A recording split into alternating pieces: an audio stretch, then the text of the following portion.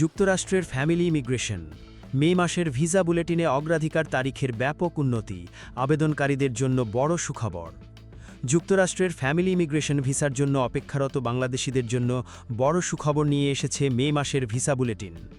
দীর্ঘদিন ধরে অপেক্ষায় থাকা আবেদনকারীদের জন্য ফাইনাল অ্যাকশন ডেট এবং ডেট অফ ফাইলিংয়ে বড় ধরনের লাফ বা জাম্প দেখা গেছে। এর ফলে বহু আবেদনকারী নতুন করে ভিসা ইন্টারভিউ ও ডকুমেন্ট ফাইলিংয়ের সুযোগ পাচ্ছেন। নিচে ভিসা বুলেটিনের বিস্তারিত পরিসংখ্যান ও আবেদনকারীদের জন্য করণীয় তুলে ধরা হলো। ফাইনাল অ্যাকশন ডেটে বড় পরিবর্তন। ভিসা বুলেটিন অনুযায়ী অল চার্জেবিলিটি এরিয়ার জন্য F2B ক্যাটাগরি ছাড়া প্রায় প্রতিটি ক্ষেত্রেই অগ্রাধিকার তারিখ উল্লেখযোগ্যভাবে এগিয়েছে। F1 অর্থাৎ মার্কিন নাগরিকদের অবিবাহিত সন্তান, নতুন তারিখ 1 সেপ্টেম্বর 2017, এটি প্রায় 120 দিন বা 4 মাস এগিয়েছে।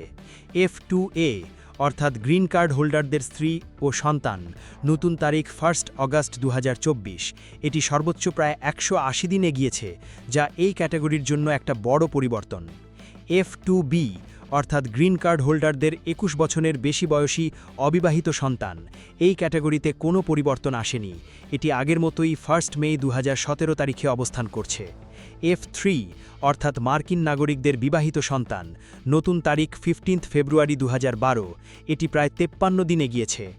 F4 অর্থাৎ মার্কিন নাগরিকদের ভাই বোন, ফ্যামিলি ইমিগ্রেশনের সবচেয়ে বড় এই গ্রুপের নতুন তারিখ 15 সেপ্টেম্বর 2008, এটি প্রায় 97 দিন এগিয়েছে। ডকুমেন্ট ফাইলিংয়ের নতুন সুযোগ। ডেট অফ ফাইলিং চার্টেও এসেছে বড় সুখবর। যাদের অগ্রাধিকার তারিখ নিচের সময়সীমার মধ্যে চলে এসেছে, তারা এখন ন্যাশনাল ভিসা সেন্টারে প্রয়োজনীয় ফি জমা ও ডকুমেন্ট আপলোড শুরু করতে পারবেন। F1 1 অক্টোবর 2018, প্রায় 210 দিন বা 7 মাস এগিয়েছে। F2A কারেন্ট রয়েছে। F2B 1 জানুয়ারি 2008, প্রায় 142 দিন এগিয়েছে। F3 1 ডিসেম্বর 2012, প্রায় 160 দিন এগিয়েছে। F4 1 সেপ্টেম্বর 2009, প্রায় 105 দিন বা 3.5 মাস এগিয়েছে। আবেদনকারীদের এখন করণীয় কি? যাদের ফাইনাল অ্যাকশন ডেট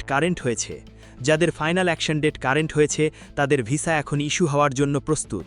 জরুরি কোনো যৌক্তিক কারণ থাকলে তারা এখন কেসটি এক্সপিডাইট করার আবেদন করতে পারেন। অন্যথায় ডকুমেন্ট কোয়ালিফাই হওয়ার তারিখ অনুযায়ী ধারাবাহিকভাবে ইন্টারভিউ লেটারের জন্য অপেক্ষা করতে হবে।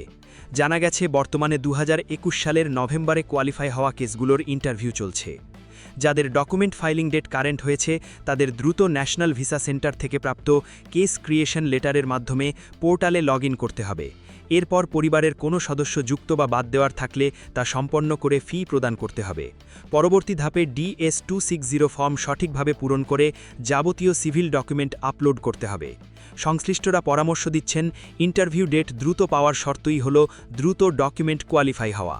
তাই ফর্ম পূরণ বা ডকুমেন্ট সাবমিটের ক্ষেত্রে কোনো অসামঞ্জস্য রাখা যাবে না। কোনো বিভ্রান্তি থাকলে তা এড়াতে অভিজ্ঞদের পরামর্শ নিয়ে নির্ভুলভাবে আবেদন প্রক্রিয়া সম্পন্ন করার তাগিদ দেওয়া হয়েছে।